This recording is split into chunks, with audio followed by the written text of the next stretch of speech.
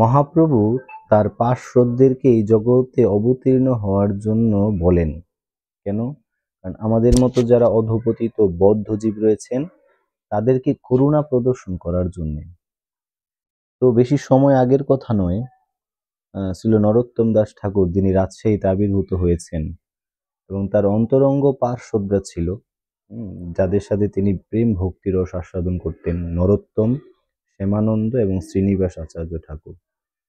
তো তাদের ভজন স্থলী রয়েছে আমরা জানি রাজশাহীতে, খেতুরিতে। তো শ্রীনিবাস আচার্য ঠাকুরের একজন শিষ্য ছিল রামচন্দ্র কবিরাজ গোস্বামীপাদ, যিনি ছিলেন নরোত্তম দাস ঠাকুরের অন্তরঙ্গ ঘনিষ্ঠ বন্ধু।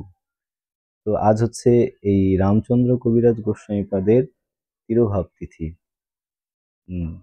যার সাথে নরোত্তম দাস ঠাকুর প্রেম ভক্তির রস, নাম রস, প্রেম রস, সমস্ত প্রকার রস তিনি আস্বাদন করতেন। আমাদের কর্তব্য এই নরোত্তম দাস ঠাকুরের অন্তরঙ্গ বন্ধু রামচন্দ্র কবিরাজ গোস্বামীপাদের কাছে প্রার্থনা করা, যাতে শ্রী শ্রী গৌরনীতের প্রতি ভক্তি বৃদ্ধি পায়। হরে কৃষ্ণ।